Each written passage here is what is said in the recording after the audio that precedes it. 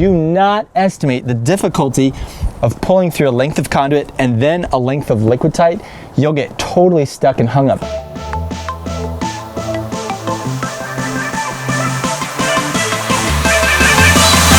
Hey, it's Joel Walsman, CEO and Master Electrician of Jefferson Electric. We just got done wiring up this hot tub start to finish, and I'm about to show you how. So let's jump into the materials and tools that we're going to utilize to execute this job.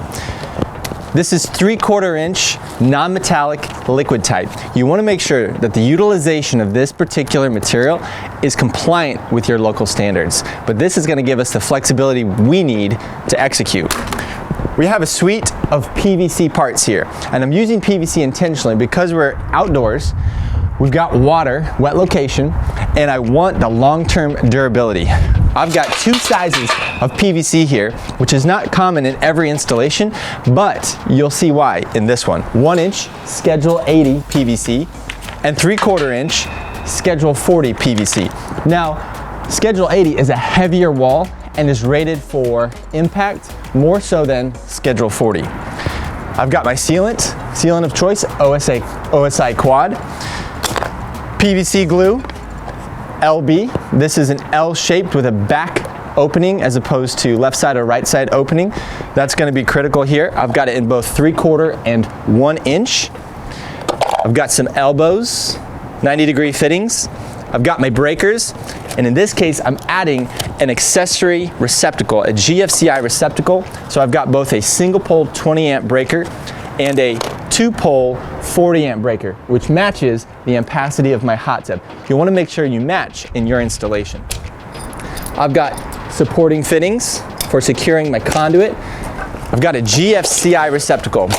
So you'll notice that my hot tub power disconnect is a 50 amp 2-pole GFCI, ground fault circuit interrupter. That's a necessary safety standard whenever you have electricity with water. So if you're into pools, fountains, bathrooms, kitchens, garages, basements, crawl spaces, things of that nature where you have the potential of electricity and water, you've got to have GFCI protection. We've got two forms of GFCI protection here, and one thing about this particular receptacle is its weather resistance, WR. That's going to be necessary for it to endure in an outdoor location. I've got a weather resistant box that's rain tight rated. I've got a matching cover, has the same rating. Now over here, I've got a couple of fittings. I've got a 3/4 inch Romex connector. That's for my 6'3" non-metallic cable. This cable is going to be utilized from my disconnect to my breaker in the house. 6'3" Romex. 6 is the gauge, 3 is the number of conductors, plus a ground. So if you look inside that jacket, 4 conductors. Here, I've got 4 conductors as well.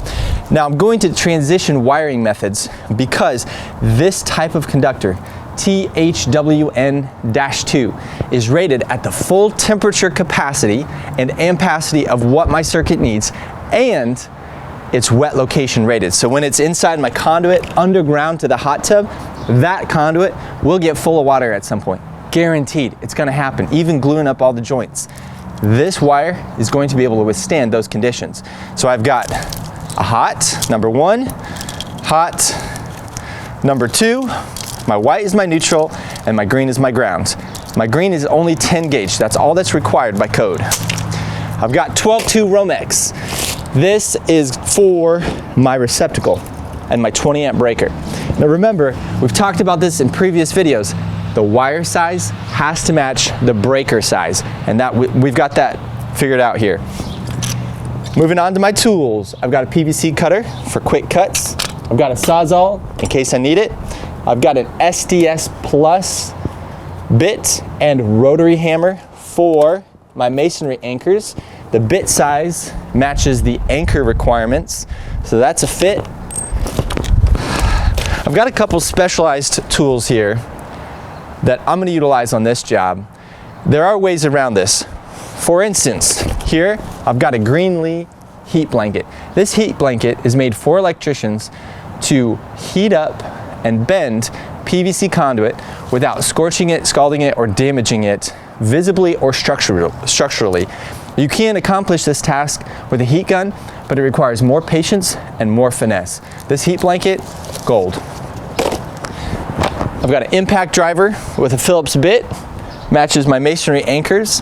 I've got bits on hand, and yes, I've been working in the rain. They're not that old, but they're all rusted up. Safety gloves, safety glasses, hearing protection, clean up. Here's the big boy. It's heavy. This is an spline shank bit that refers to the shaft and the mechanism that mounts in the drill. It's a 1 3/4 inch bit. This thing is a monster. It'll really throw you around. If you don't have one of these and you have to drill a large hole through masonry, you have at least 3 alternatives. Borrow one from a friend, rent one from your local rental store. I guarantee you they'll have something along these lines. This is like bread and butter for construction. Or 3, use a smaller bit, like this one, and drill a series of holes in a circular pattern, and then knock those holes out with a chisel and a sledge until you've got your penetration through masonry. I've got my regular electrician hand tools here. I've got a video on the 12 essential tools for electricians. I've got a label maker, so I have a complete and professional installation when it's done. I've got my reference material. Article 680 has a lot to say about pools, spas, hot tubs, and just for reference, you're not gonna find the word hot tub in the code. It's spa.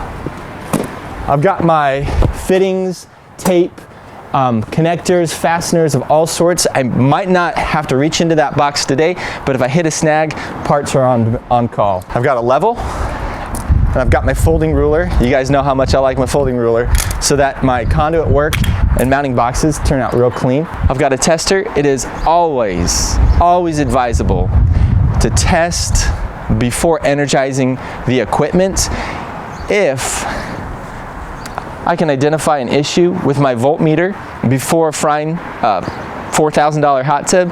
By all means, this voltmeter will pay for itself 50 times over. I've got a cordless drill on hand, same family, battery, DeWalt. Got a Spider hole saw kit that'll pair with my cordless drill. And then I've got my tool bags on call in case I need to add something to this list to overcome a midstream hurdle. All right, let's get started. So we've just transitioned all of our materials and tools to the right location to minimize movements, to maximize efficiency. We've got a brief layout on the wall here of exactly what we're doing. We're gonna be penetrating the house at this location. We've verified off of this pipe inside that we're not gonna hit any obstructions and cause major damage. That's like the #1 thing to slow down a project, is causing peripheral damages, and it's more easy to do than you might think. We're going to be locating our GFCI disconnect here on the wall. The code essentially reads like this. You have to have a disconnecting means, an approved disconnecting means within sight but out of reach of the hot tub. That's the essence of it. So you need to be able to kill power in case there's some kind of fault or failure when the equipment doesn't work properly itself, and you can't be able to kill power, touch the electricity while you're sitting in the hot tub, right? It can't be within arm's reach. So we'll get into that more detail later. Our outlet's gonna be located here, below our disconnecting means, and then out of our disconnecting means, we're gonna be dropping conduit underground and beelining it to the hot tub. We are burying that conduit 18 inches deep, not cable installer depth, 18 inches. That's a code requirement. The conduit can be visible and exposed, but if it's buried, it's got to be with a minimum covering, whether it's dirt, rock, sand, gravel, whatever it is, minimum covering of 18 inches. If it's direct burial wire that you're using and it's rated for that, minimum cover is now 24 inches. At this point, I've already located inside the house where I'm gonna drill. I'm ready to make my penetration. I'm not gonna go the full distance with this bit. This bit is massive and it's quite the rough ride. What I'm gonna do is I'm gonna drill far enough into the house that this opening seats tighter to the home, and then I'm actually gonna transition, and it's not necessary, you could simplify this, but I'm gonna transition to a smaller bit to finish off my penetration. It'll run more smoothly, it'll run more quickly, it will remove less of the house material, which I'm a fan in favor of, because the only thing that has to go all the way through is that wire that's got the diameter of my finger. So I do have to pause and say, do not use this until you watch the safety video on it. You could literally break your arm off, snap your nose right off your face. Like, I have been, as an apprentice, I'm not exaggerating when I say I've been chucked by one of these drills. When it got in a bind, I was not properly braced, I wasn't expecting the power that it packs, and I literally was thrown down to the floor by this tool. So caution is advised, full safety protection is advised, dust control, depending on what you're drilling, how long you're drilling, and your exposure to siliconized dust is advised. You could do better than I. Don't let me be the limiting factor to your health and safety, all right?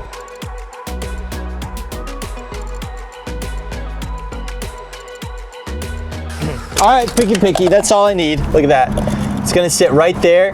That's gonna put me in a nice clean line with the box. Much smaller bit, but still plenty of length to penetrate everything we need to penetrate.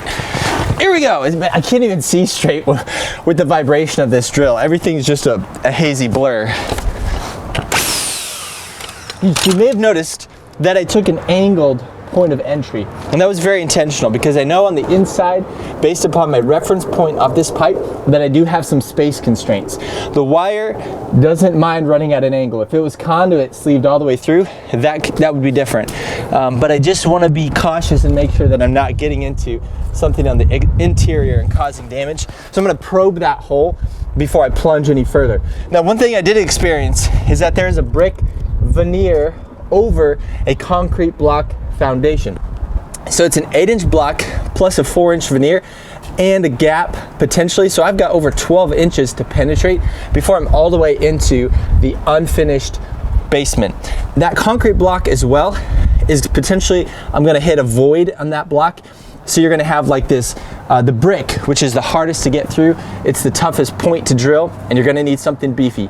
And then as soon as you get through the brick, you might hit a void where it feels like you break through until you hit the block again. And then you might hit a void in the block where you break through again. And so it could almost feel like you have up to 3 distinct points to penetrate, hitting voids, penetrate, void, penetrate. And it can be a weird experience if you're not used to it. It can really throw you off. But just take your time, probe the hole if you don't know exactly what's going on, and get a feel for what's taking place. Okay, now it's time to do the prep work to get the holes knocked out and arrange everything we're looking for here. I'm going to be utilizing a 1-inch PVC male adapter. It's going to go right there. So the next step is to prep the materials. Once I can put the fittings in the materials, line up my conduits, do a dry fit, then I know exactly how things are going to lay on the wall before I glue anything, drill any holes to mount anything to the wall. I want to dry fit on everything before I commit. All right, so male adapter, lock nut. Lock nut has an orientation to it where the teeth are biting into the enamel, and you get a good fit, good tight, snug fit. All of these things need to be tool tight, not just hand tight. You want a good mechanical connection.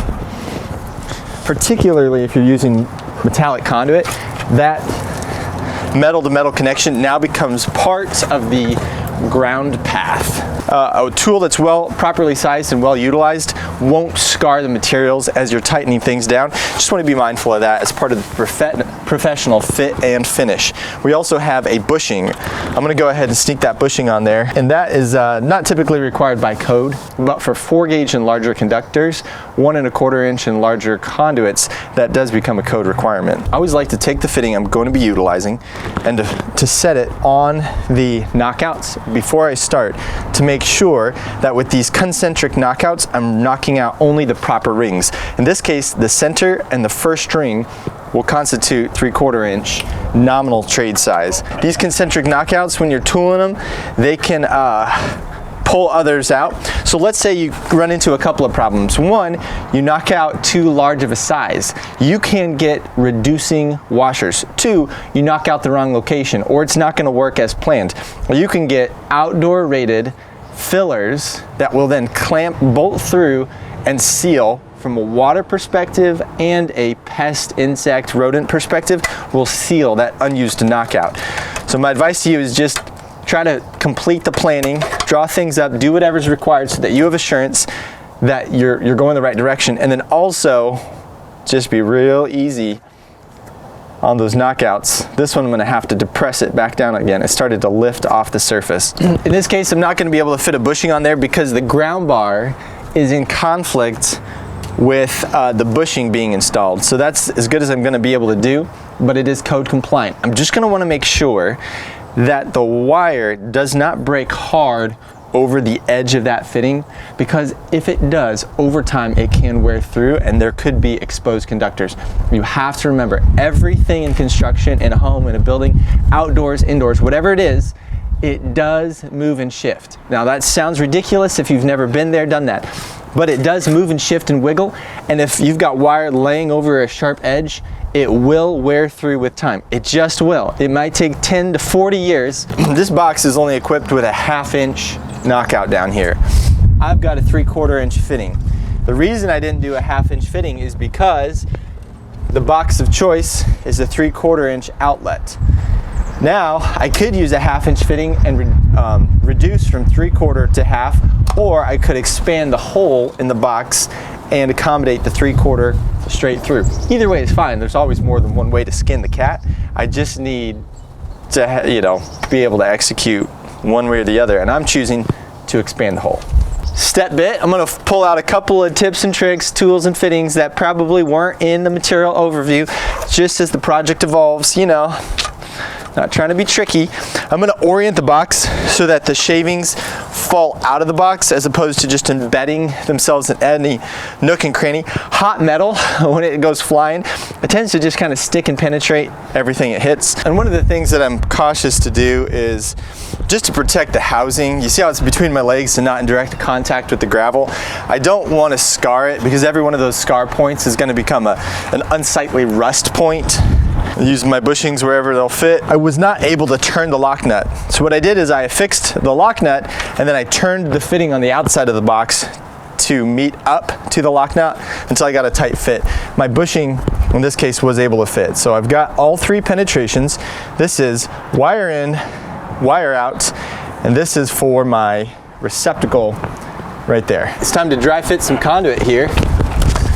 That's my LB to my schedule 80. I do tend to turn my lettering towards the wall so it's a little cleaner.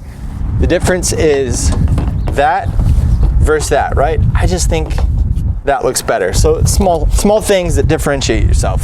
In this case, I'm probably gonna put my disconnect about as high as I can without impinging on anything else. I wouldn't want it within 18 inches of the ground. I want to be up and clear, because if I've got snow melt, ice, I'm just potentially jeopardizing my electrical equipment with the infiltration of water. Remember, this outdoor rated equipment, these disconnects, they're only rain tight. They're not rated for submersion in water. So 18 inches for most jurisdictions is going to be the minimum height requirements for rain tight electrical equipment. Move it down, I can for sure. But let's do a dry fit right there. I've marked my conduit, my LB's in the hole. Once I cut my conduit, then I can straighten it up, put a level on it, and get it right where I want it. Got these ratcheting cutters, which are super nifty. Could use a Sawzall, could use a hacksaw, could use even a cable saw, like a PVC pole saw. I like how that looks. Got my torpedo level. Make sure this is a fit here. There it is. All right, first I'm gonna get the main piece of equipment in place before I tackle. I just needed a spatial fit there. So I've got my conduit leveled. My box looks good. Ultimately, one thing you've got to watch out for is not just that your work is level or in a position that makes sense for you, but I am gonna use a Sharpie, mark my holes,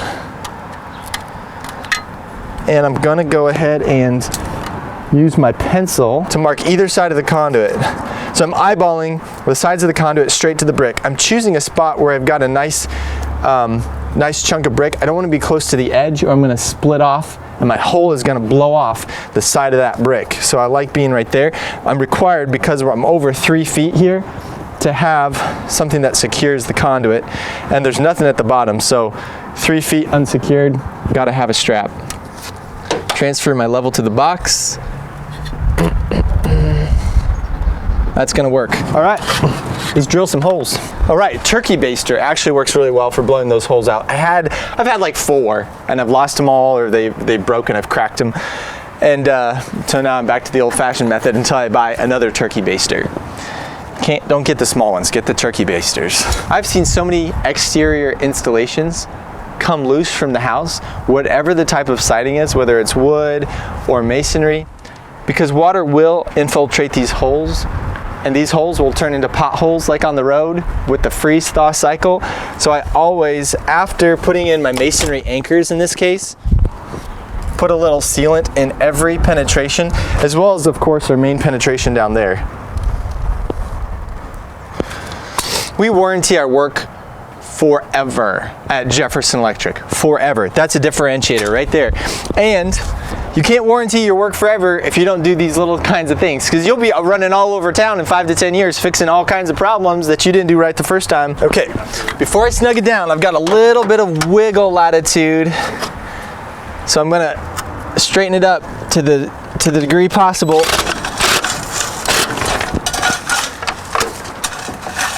Yep, that looks good. My conduit's slightly thick for this mini. And the bolt's kind of short. If I need to pull out a longer bolt, I will. But I just need that nut to grab 3 full turns and I'm content. It looks like I'm gonna get it. The point of a mini is not to close the gap here. It's only to secure the conduit. And in fact, we are gonna have expansion and contraction in PVC pipe when it's located outdoors. So I don't want this to be a death grip fit. I need that conduit to be able to move in the fitting. In this case, it's such a short length, my expansion coefficient is minimal, but if I had a 20-foot linear length all in one stretch, this conduit would literally tear itself apart if there is not a provision for expansion and contraction, and if I had failed to secure my minis and fittings properly. PVC conduit has to be able to expand and contract, or it will self-destruct in an installation that's subject to temperature changes. Believe me, it's a fact. I'm not making it up. It really is true. If you're an electrician, depending on how the enforcement works in your area, your interpretation of the code, there's going to be some controversy here. But let me tell you what's going to fly here. Every exterior conduit is going to be considered a wet location, period.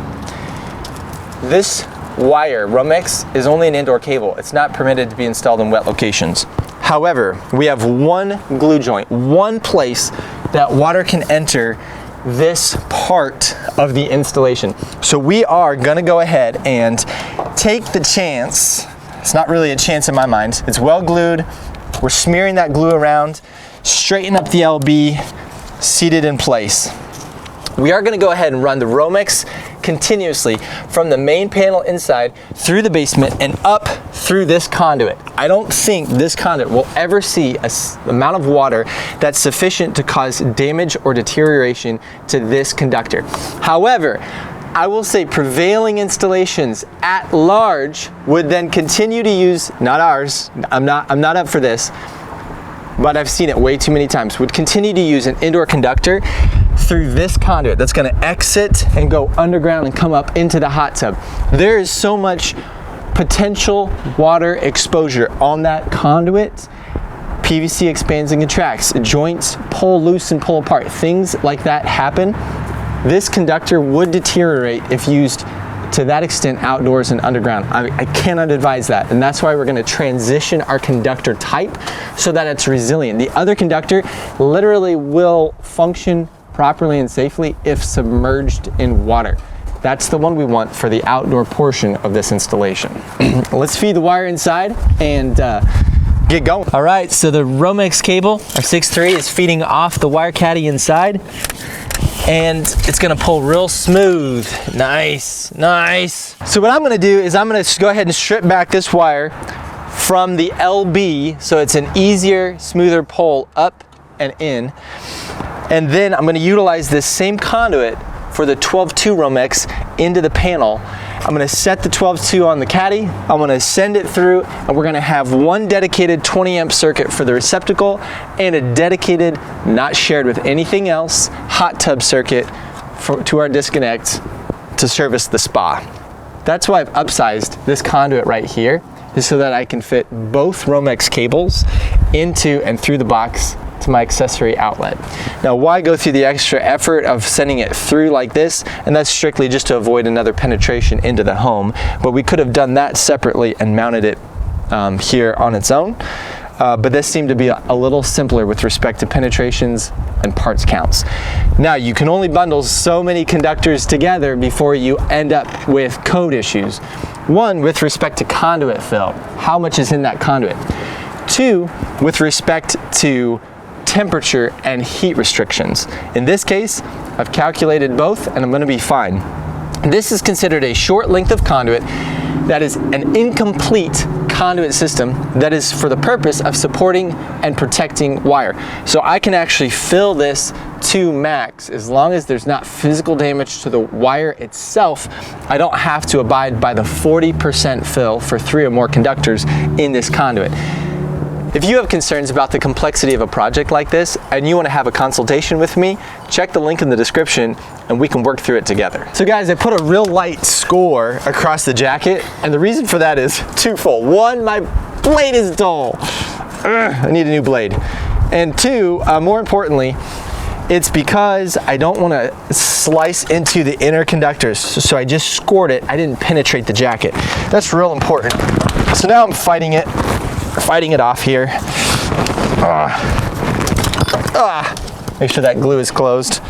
And because there are going to be so many conductors in this conduit, I did want a second reason for stripping the jacket, but I want the outer jacket to be through the masonry and into the LB, and then nothing but the inner conductors through the conduit, and they'll be properly protected. It's really important with a project like this that one, you get permitted. Two, you understand your local codes and standards. If that's not the case, you're gonna run into some quirk with your inspector that is specific to your area, some code or standard that is kind of a hot button, and you're gonna have to be redoing the work. So best to connect with your inspector on the front end if you're not absolutely certain about all of those dynamics and features, and get approval and clarity. Have a conversation first. The inspector is honored when you connect with him up front, as opposed to just trying to squeeze by and argue with him on the back end. It's a much better plan. Now we're going to run the 12-2 for our dedicated GFCI outdoor receptacle.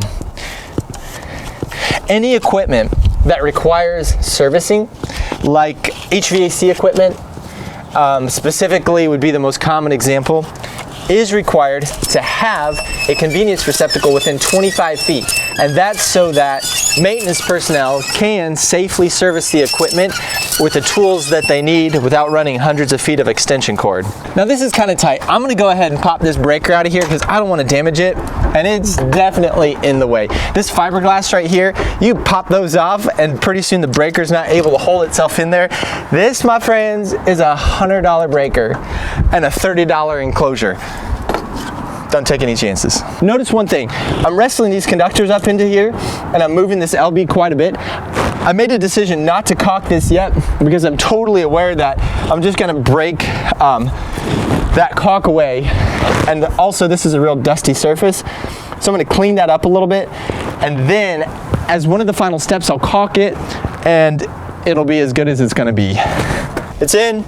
As soon as we get confirmation from Caleb in the house, the homeowner, that we've got enough 12-2, then I'll wrap it up through here as well, and we'll be able to start buttoning things up. My brain works better if I can start, finish, and button up something before moving on to the next, so I don't leave too many open ends and details. So every time I can put a cover on and sign off, that's a win. That's a win for my brain. Let's take a look. This is the most critical element of the entire project right here. And this is potentially the most unfamiliar element of the entire project. Because this is a GFCI breaker and we've got to get the wiring path right, if you don't, you'll be frustrated and it won't work, and you'll get either total non-function or various types of nuisance trips. Let's talk this through. I've got my grounding conductor here. I've got my ground bar. That green is always going to be an indication of ground. That color in the electrical world as a whole, the color green is reserved for ground. That's code. So I want a little extra, not a ton. My housing is small. It's going to be compact by the time I have my line side conductors. That's the incoming power conductors. My load side conductors, that's always the outgoing power conductors. And my pass-through 12-2 Romex, plus the pigtail, neutral pigtail on my breaker. It's going to be tight, so I want to plan and execute. What I don't want to do is cut my ground right there. That's just a little bit too short and risky. It might never bite you, but as a practice, a little extra is always in your favor. So I'm going to wrap the ground here, down and out of the way, and I'm going to bring it towards the back, and I'm going to cut it there. That's what I'm looking at.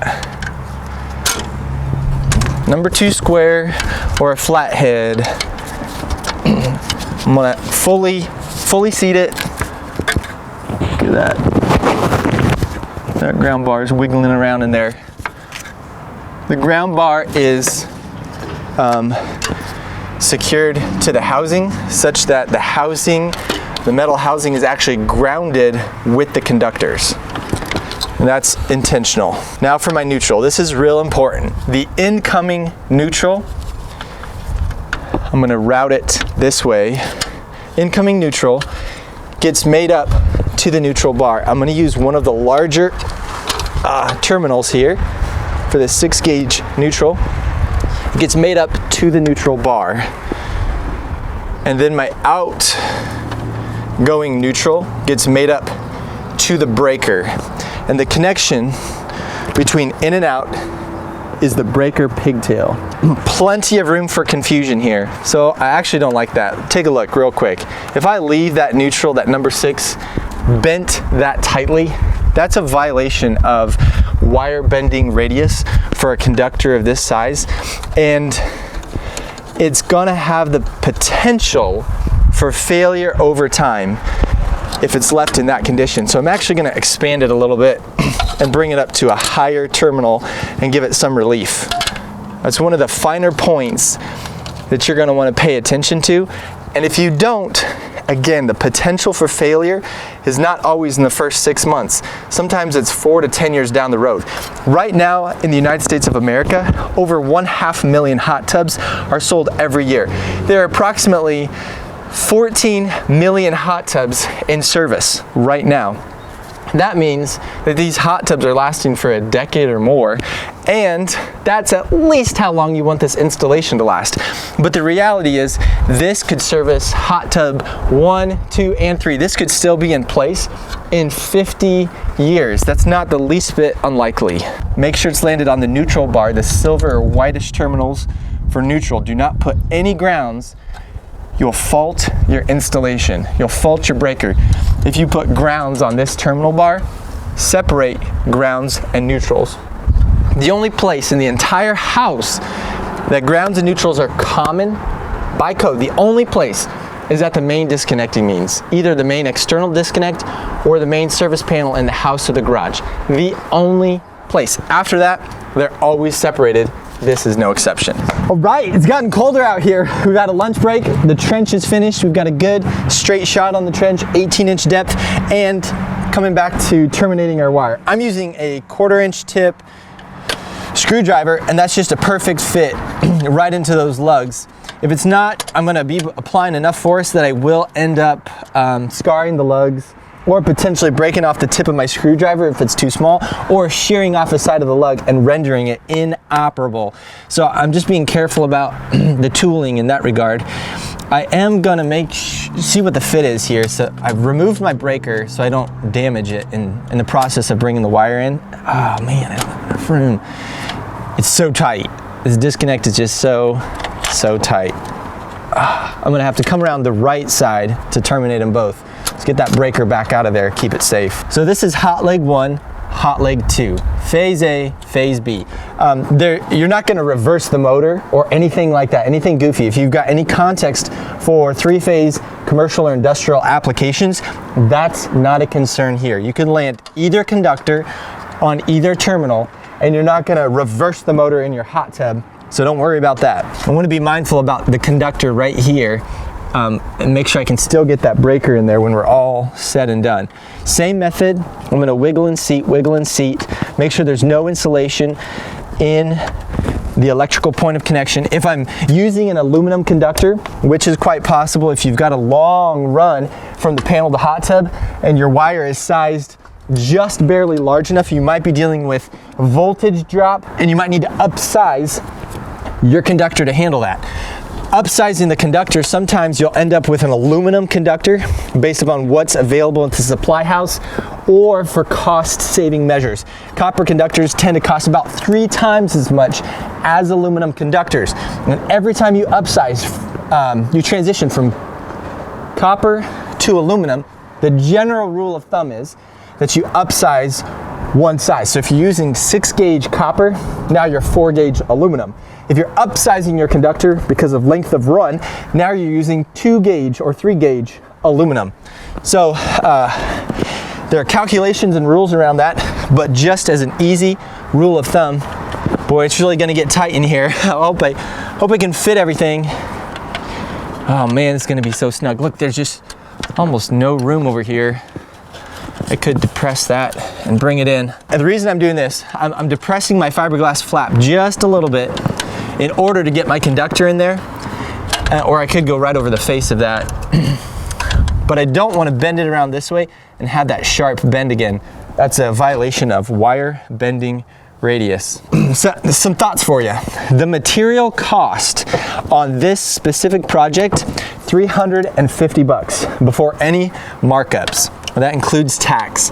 The handyman price for a job like this would generally, I think, fall in the $750 to $1,000 range. Most handymen are going to be pretty content walking away with $500 for their labor in a day. If you're hiring a professional electrician, you're probably closer to $1,000 a day, most likely more. And so your total project cost, you might pay $150 for a permit. You might pay $350 for materials with markup. You might be at $1,000 for the labor and overhead for a day. You probably landed in the $1,500 to $1,800 range for a professional installation. We've got the conductors are all the way through the lug. We want to maximize the connection, the electrical mechanical connection in those lugs. We're going to come back to this. We've got 2 things to do. Bring our 12-2 Romex up and through and terminate our receptacle, and then finish our conduit down into the hot tub. Let's go. Again, we're gonna do just the dry fit method before we glue anything. Just can't forget to glue it when we're done. I'm gonna go ahead and put that 90 in there. I'm gonna be real conscious about not getting dirt and mud in my conduit because I don't want it to get filled up. I don't want it to get packed. I'm going to remove a little bit more material there, but at least I can get a length on my conduit. And I'm going to say for a dry fit, that's where my first cut is. Most state law requires calling the local utility marking company. It's a free service that's covered, the cost of which is covered by the local utility companies. So in Indiana and Kentucky, we call 811. They require 48 hours, 2 business days, in order to come out and mark the site. That is done for free to the consumer.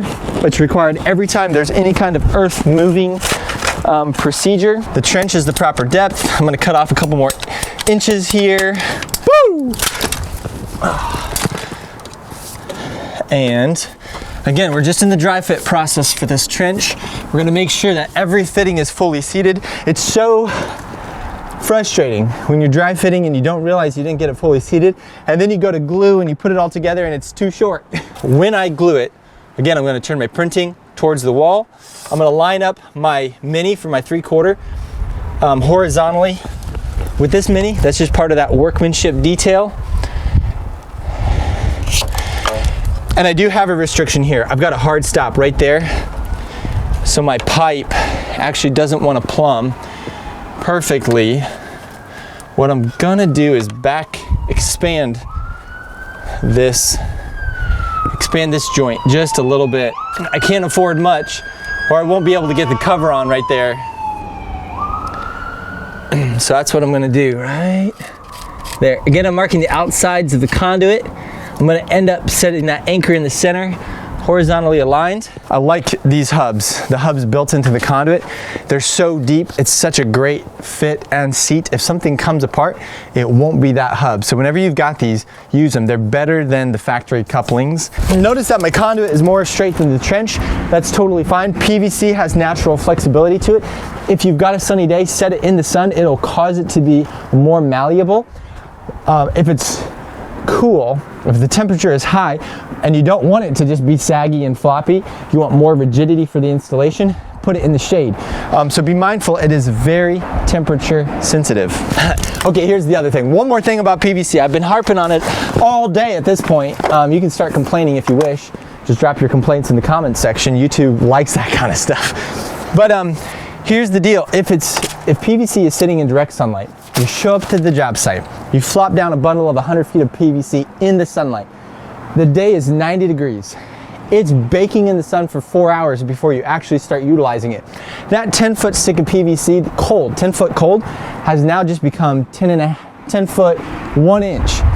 There's an inch of play, I kid you not, almost an inch of play in that 10-foot stick.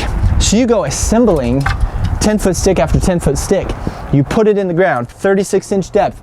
The ground is 54 degrees. You're gonna have a contraction of that PVC where it's literally gonna pull itself apart. It's gonna separate from each other. You're gonna lose an inch every 10 feet. And the couplings, like, check this out. The coupling depth there, that's less than 3/4 of an inch. 3/4 of an inch, but you're gonna lose an inch per 10 feet. That's why, if you've done electrical work for any period of time, what you've learned is conduit underground becomes separated. And that's exactly why. When they put it in the ground, it was at 130 degrees sitting in the sun, and it dropped to a temperature of 54 degrees. It contracted an inch per 10 feet, plus minus, and now it's separated. When it separates, pulls apart, ground conditions change as the dirt settles, and now you can no longer pull wire through it. You've ruined the installation. It's a one-time shot. There's no future use of that conduit. The wire gets compromised, it fails. It's a matter of 10 years or less and the thing is toast, right? That's a pro tip right there. I'm sorry to be so wordy, but it's so important. That's one thing that people get wrong all the time. In this case, this is our wiring compartment for the hot tub. It's right here on the front panel. There sometimes will be a knockout or a designated point of entry into the hot tub. We don't have that here. So what I'm looking to do, as opposed to undermining the hot tub, trying to come up back here out of the way, I am gonna make a decision. I've got a flat spot right here. I'm gonna come right through that flat spot, drilling out a hole. I'm not gonna put lock nut and connector there. I'm just gonna punch straight through. As soon as I get into the compartment, we're gonna liquid tight, flexible liquid tight up, and we're gonna do basically a 270 into the hole that's been designated into the wiring compartment, and I'll show you these connections up close so you feel confident to make the terminations. All right, so this is too long to work with. This is where I'm gonna go ahead and whack a piece short. It's still too long, but at least I'm gonna have minimal waste as I prepare the dry fit. I'm just gonna bend that around. I'm literally just gonna force the conduit where I want it. If it was a visible portion of the installation, I would use that heat blanket. This is not. I'm gonna backfill hard on this side of the trench so that I keep my conduit in the vertical, because I don't really want it coming in like that. That just looks plain sloppy. So that's gonna work. One cut, one fitting right there, and then we start to backfill. I'll be able to maneuver more easily, more quickly without twisting an ankle or a knee as soon as this trench is backfilled. I'm gonna remove the lock nut. I'm gonna remove the, there it is. Remove the gasket. I'm gonna save them in my stuff box for future. I'm gonna seat these. This is a female 3/4 inch PVC coupling to a male liquid tight adapter.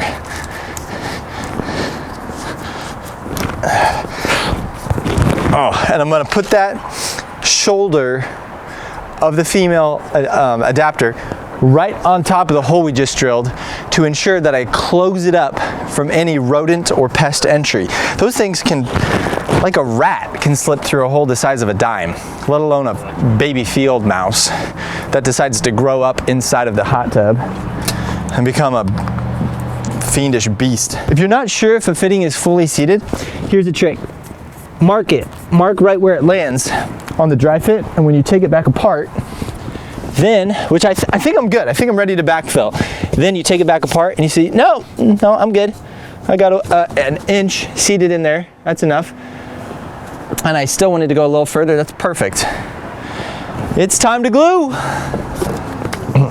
Start with one at a time. I almost always glue the hub. Sometimes the fittings are sloppy and they don't really seat well. In that case, I'm gonna glue everything. I'm gonna glue both sides. I'm gonna seat it, I'm gonna twist it. I'm gonna get that glue smeared thoroughly around, and then I'm gonna avoid disturbing it for a minute so that it can cure. I need my 90s to be oriented the same way, right? It's a U shape. If you're not paying attention to the other end of your pipe, you'll end up having 90s that are off, and you'll have to cut the pipe, insert a coupling, and straighten up those 90s with respect to their orientation to each other. Oh, this is gonna be tight. I don't like that. I don't like that at all. It's so tight.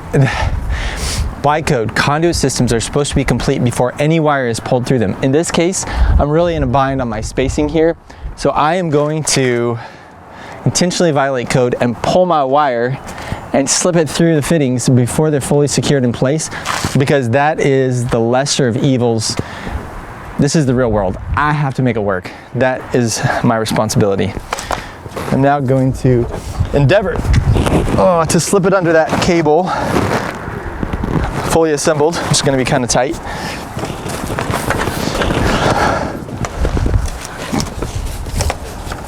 Uh-oh, look at that, getting mud in there. Gotta watch out. There we go. There it is. All right, fully seated. I could feel it hit the shoulder of that coupling end. And again, I'm gonna avoid disturbing it now. I'm gonna let it lie before I backfill that and straighten up that conduit vertical. The internal diameter of this fitting's pretty small. It's gonna be a tight pull on my wire. So I'm actually not gonna put that on there yet. I'm gonna pull my wire through and then slip the fitting and liquid tie over one piece at a time. So I'm gonna do the same thing on both ends. The conduit coming in is gonna be a little cattywampus, but I've got a good seat. So it's not gonna be my responsibility on this job to finalize and beautify the trench. And often those are the little things that can cause frustration between contractor and homeowners if you do not specify responsibility with a great level of detail. And now notice there's one little pro tip here. I set the shovel in there intentionally to hold the conduit in place. I just kind of wedged it back in there, and I didn't want it fighting me. It was wanting to collapse to the side, and that shovel or a little bit of bracing just provides that third hand that you need to make things easy. So think about ways to create a third hand on the job site. This wire is just a straight pass through, and I want to keep it out of the way. I think right here is where we're going. Pull, there it is, clean. All right. Woo!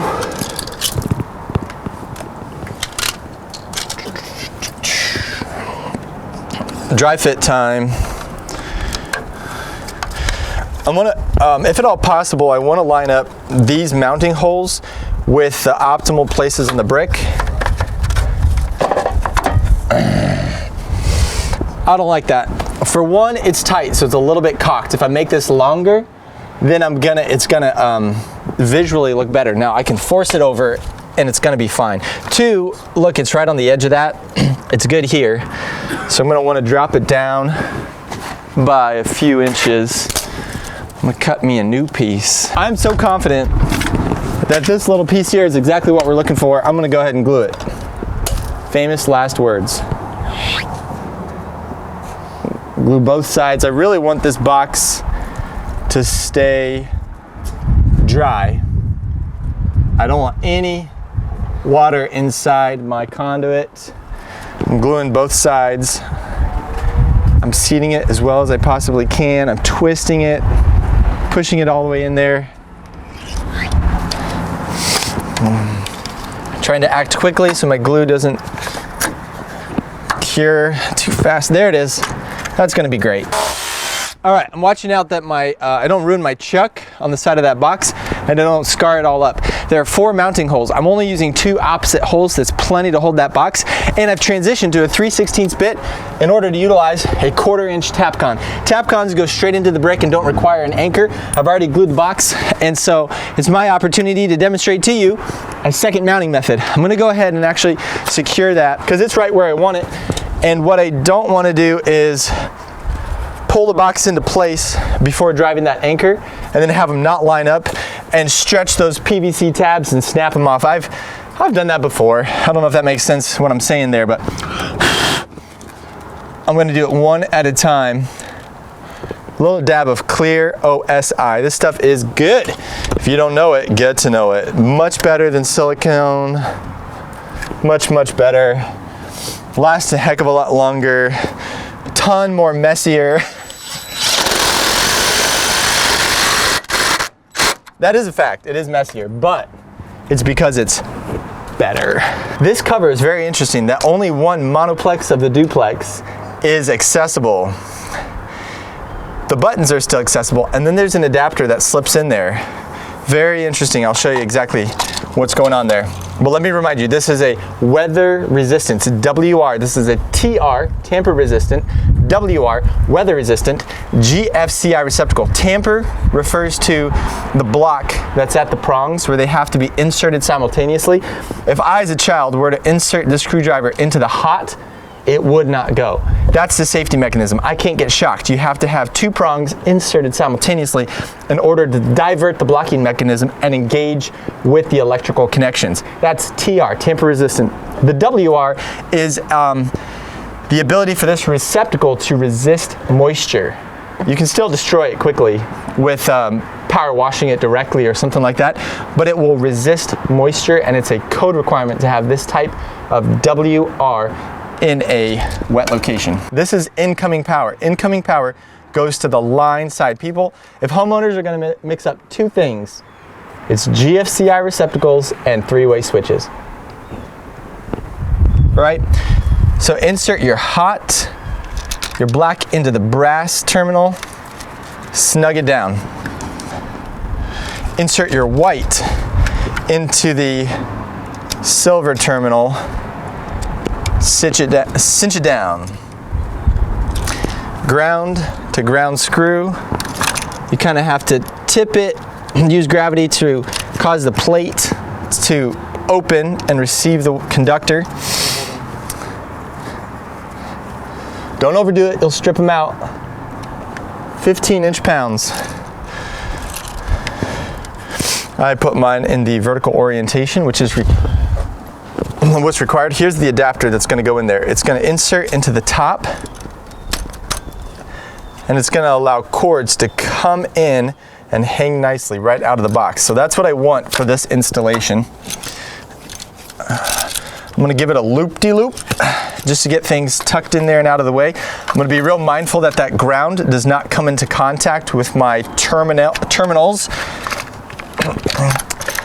If this were a metallic box, one thing I would highly advise is no locks on the ferrous threaded connections, i.e. the screw terminals there. This being a PVC box, those threads will not corrode and seize up to the box. This guy's going to be right there.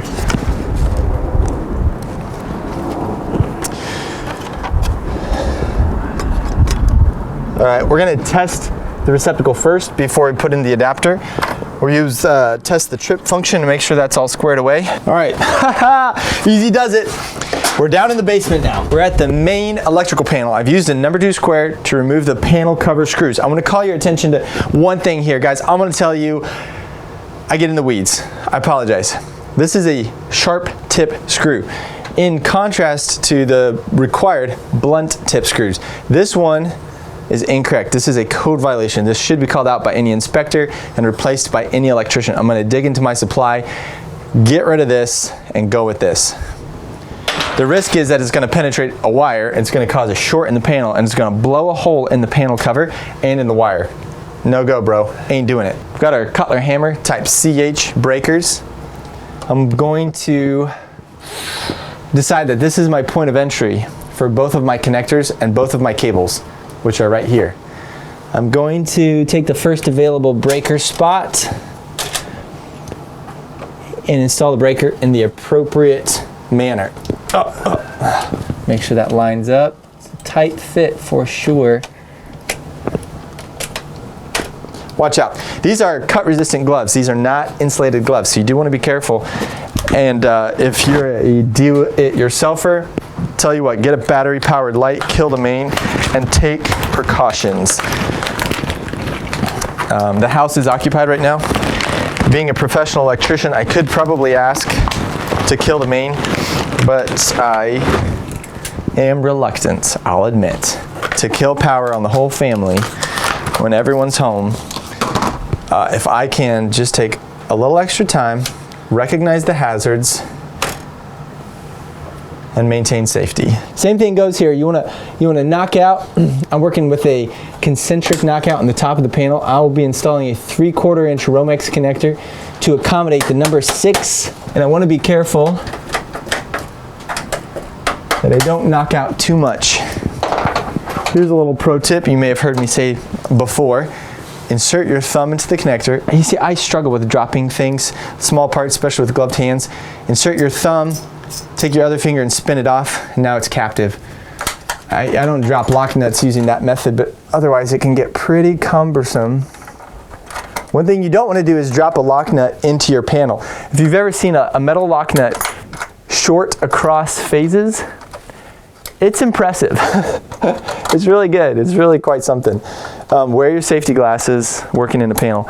There are enough, I've seen electricians get scratches across their face and eyes when working in a panel because two different things. One is the end of a cut copper wire is very sharp. Each one of those ends effectively is a, what am I trying to say, a chiseled point. And when one of those wires just bounces a little bit and catches you on the skin, it flays it right open. But secondly, if there is a short in the panel, molten metal goes flying in every direction. Little bits of exploding metal, and one of those babies embeds in your cornea. Ugh. Ouch. You really have to account for panel conditions when you're estimating a job. If there's not sufficient amount of full-size breaker spaces available, like this one, you might need to use tandem breakers. Tandem breakers can cost a lot of money.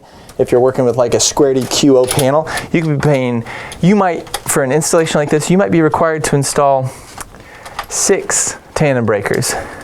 Square D QO tandem breaker can cost you up to $50 or even a little bit more depending on where you live in the country. That's $300 in additional materials. If you didn't capture that information on the front end, didn't price for it, weren't anticipating it, and either you're left eating it, and you're frustrated and disappointed, or you're sticking it on your customer and they're frustrated and disappointed because of the lack of preparation on your part.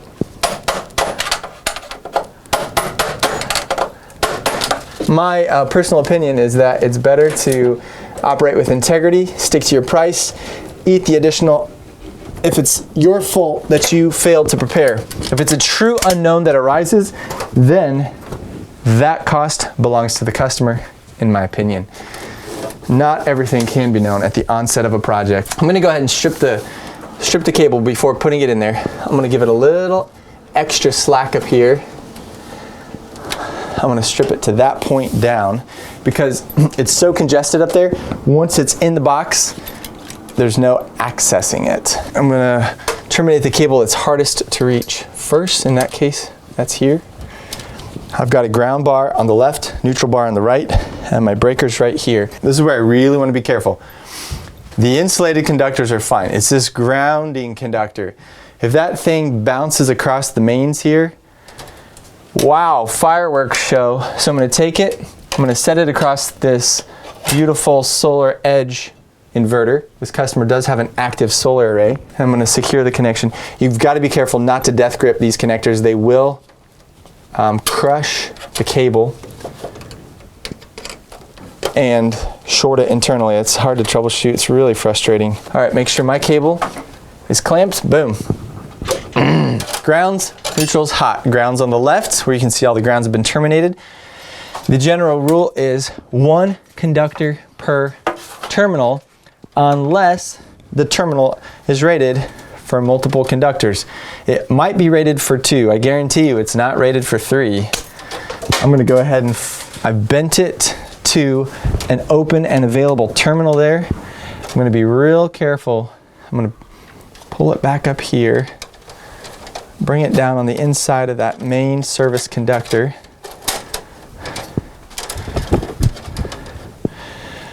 And I'm going to slide it into the mix. There it is. There it is.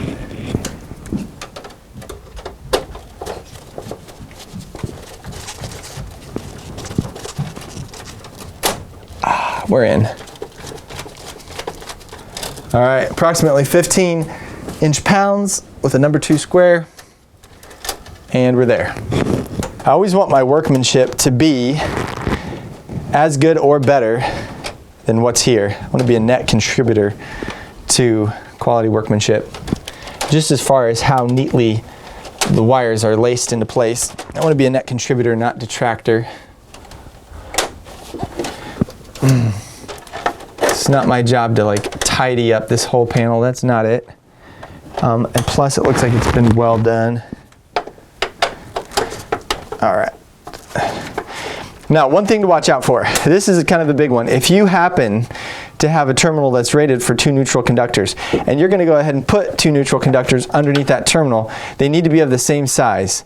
And you need to de-energize the other circuit before terminating your neutral, because what happens is if that circuit's under load, that means it's being utilized, the power's on, and you disconnect that neutral simply by loosening the terminal screw. You are going to cause a fireworks show, and you're going to have risk of fire and explosion at the device that is utilizing that neutral that's been disconnected. Literally explosion.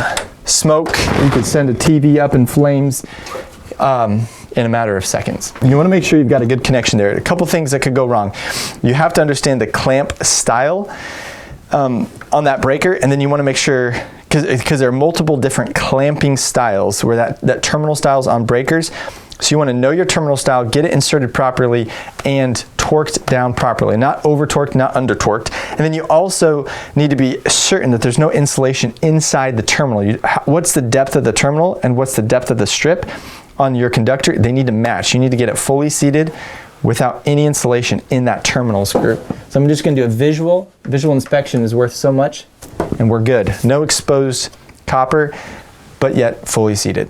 All right, this is our set of hot tub conductors. The hots and neutral are 6 gauge. The ground conductor is 10 gauge.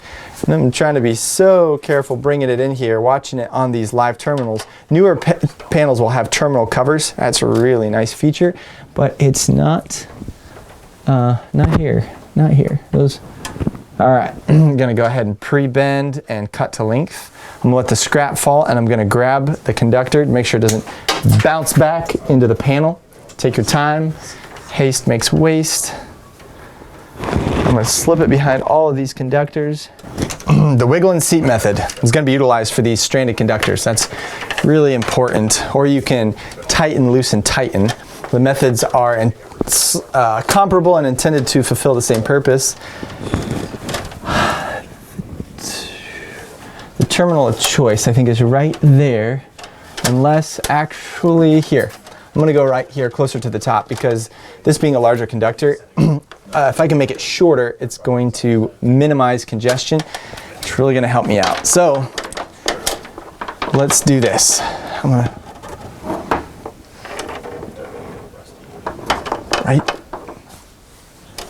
right there.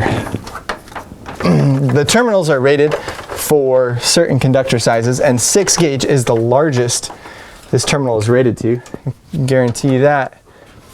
And so if you had a larger conductor, because of the voltage drop issue that we mentioned earlier, you would need to use a terminal adapter. And those terminal adapters will utilize 2 terminal screws and they'll set a lug off to the side that'll be larger, even up to a 4/0 lug like this. So if you need to terminate larger wire and there's not an available port, you can do that. In this case, I'm using the tighten, loosen, tighten method as opposed to wiggle, and that's because I've got no access to the conductor to wiggle it. It's pretty much jammed in there. There it is. Neutral has been landed. I always go in that order. And that's my system. Ground, neutral, hots, as much as possible, so that there is a method. Anytime you have a system, you will prevail. It's that helpful, just to make sure you don't get discombobulated, accidentally energize a circuit for which it's not been fully terminated. Again, red and black, interchangeable. Doesn't matter which one's on top. This is a single phase 122 40 volt installation. I'm going to bring it back up to the top after cutting it to length. Work it behind everything. These are insulated conductors, so I'm not highly worried about coming into contact with energized parts, except at the ends where the copper is exposed.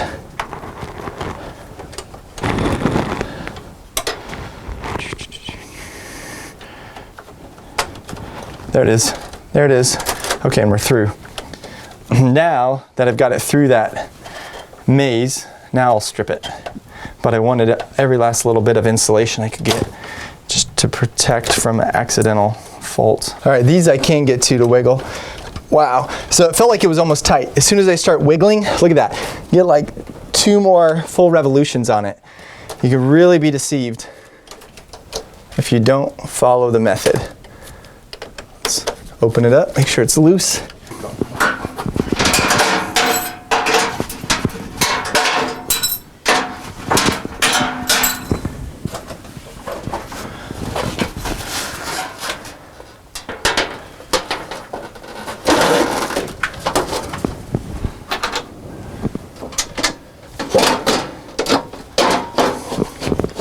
If you accidentally knock out the wrong knockouts, there are panel fillers, panel cover fillers, and you want to put those in. Those would be code. You cannot have any open ports in your panel, either in the housing or the cover, because somebody could accidentally insert a foreign object and be at the risk of shock or death.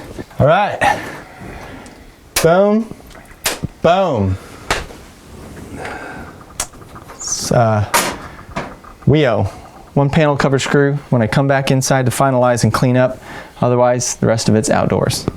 Let's go test these circuits. All right, so I'm doing it intentionally because what I'm gonna have here is a 270. So I'm doing this conduit in segments. Next segment is to insert my 3/4 inch liquid tight male adapter.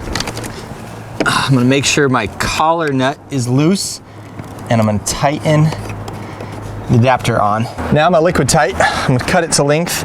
I can get a good, pretty much have to be relatively exact here. There's some grace and forgiveness, but let's get that in there and let's buckle it. All right, that's where I wanna be, right there. None of my parts came with the hot tub. One thing was missing from the hot tub, and that's a ground screw. I had to procure one from my parts box in order to make the grounding connection on the ground bar there. So thankfully, that didn't become a project stopper. All right, preloading my connector on. I'm gonna send it through this end first. Liquid tight is a really hard pull. If you have a long length of liquid tight, like 6 foot or maybe 10 foot plus, you're gonna need a second hand, because look at that. That's almost 360 degrees of bends right there, just because it has that natural twist to it.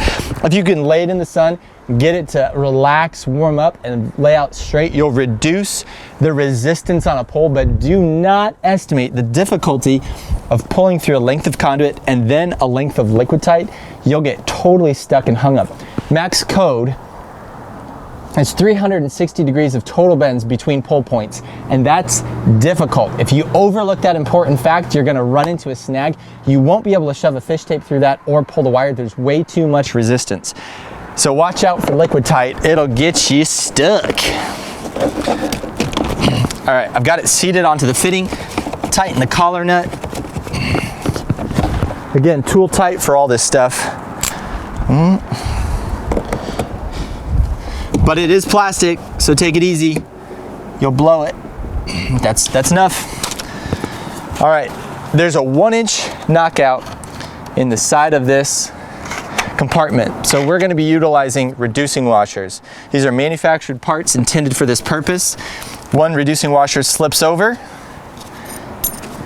Then the installation slides into the box. Be careful. There are a lot of sensitive parts in here. If you're not careful, you're going to knock something loose or break it off. Second reducing washer now makes up the difference of the diameter on the inside. Now your lock nut.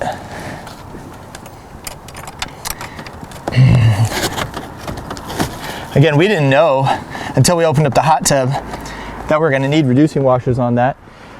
It's one of those things you just kind of have to have them on board. Or all right, there it is. We're snug.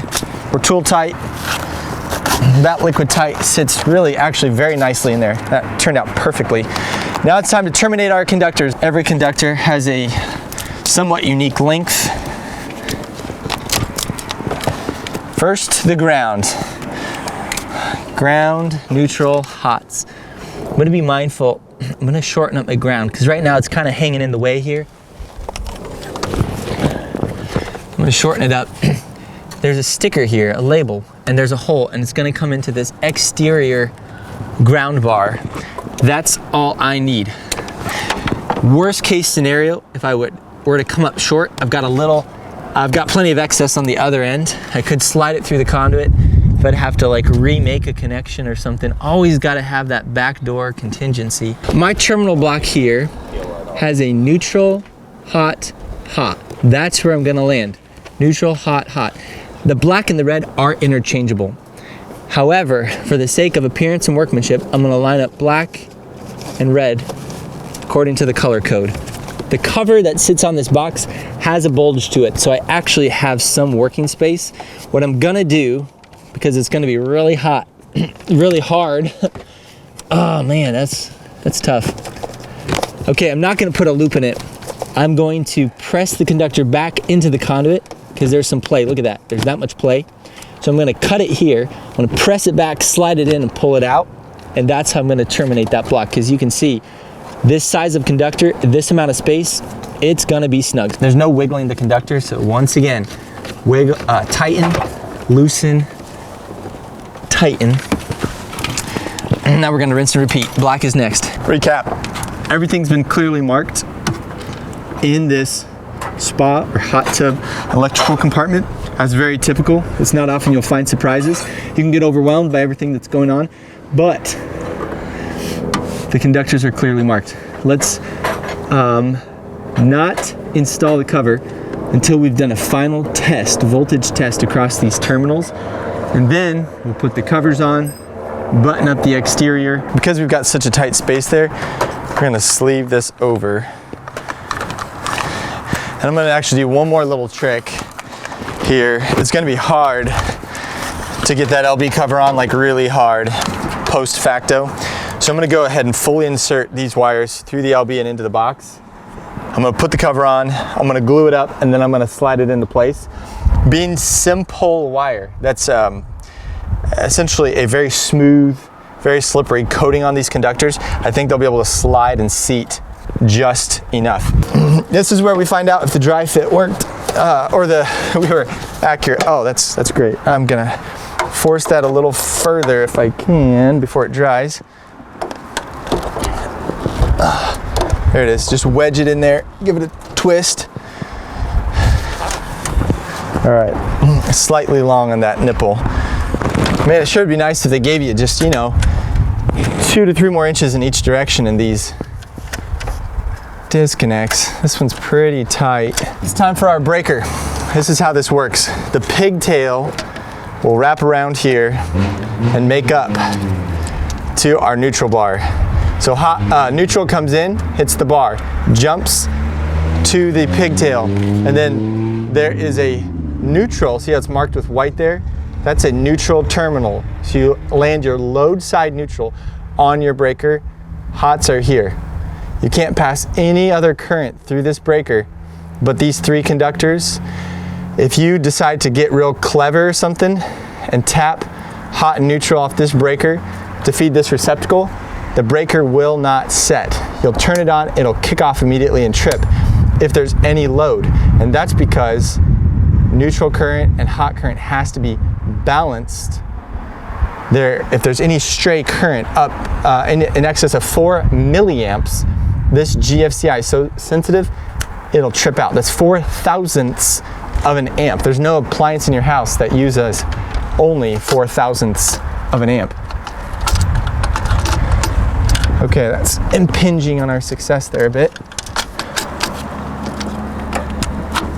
I'm just plugging into place. I'm gonna pull it out one more time, but I've got to get a length on this neutral conductor. I'm gonna wrap it around. I'm gonna bring it, land it in the top there. This is the part you got to get right on this installation. GFCI disconnect and how it's wired. And it's the part a lot of people get frustrated at. It's getting crowded in here.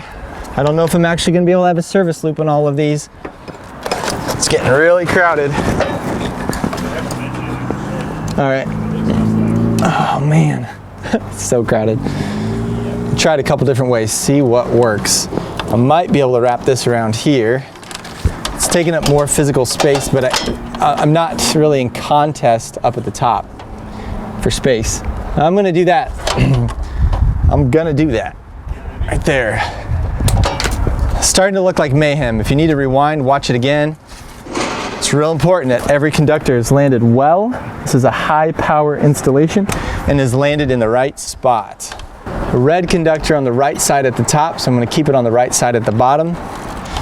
Typically black is phase A, red is phase B. That's how we're just going to maintain it through this installation. And the phasing and color coding is always left to right, front to back, top to bottom. Just loosen up the terminal. Always be mindful of your terminals. This is the only breaker that we've engaged with so far that's come with the terminals fully tightened down. The other ones have come fully loosened. If you don't know what's going on and you loosen a terminal more that's fully loosened, then you'll lose the screw and it can be hard to get the plate and everything to line back up. It can get frustrating. We know the terminal is closed. Let's open it up. Let's get that thing in there.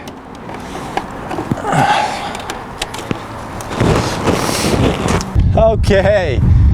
I'm gonna energize it. I'm gonna test power at this point before putting the cover on.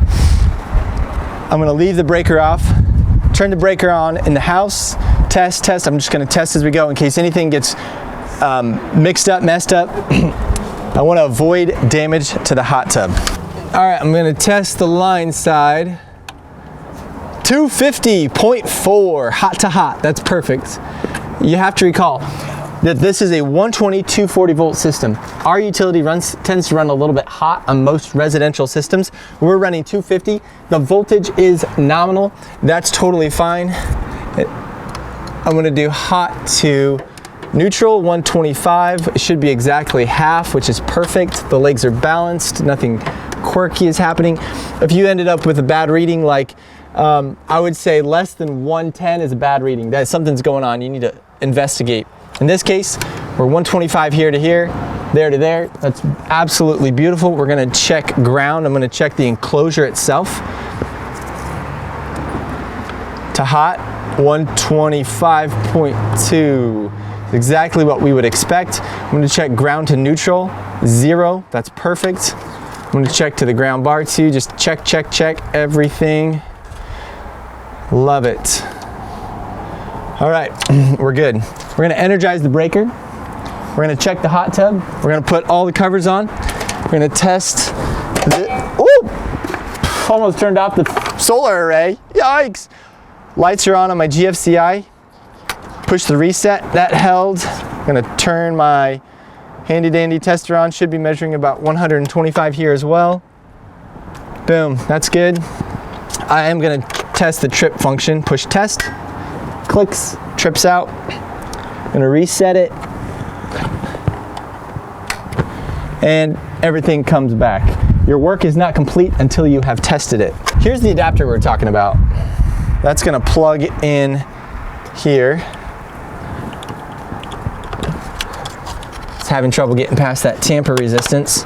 Okay, it snaps in, and then I'm gonna just check it for kicks. I can't. Okay, we're gonna try it with this. Oh, it's tamper resistant as well. Oh, phooey. Come on. There it is, 125. All right, woo! We're good. That clicked in place, looks good, cover's on.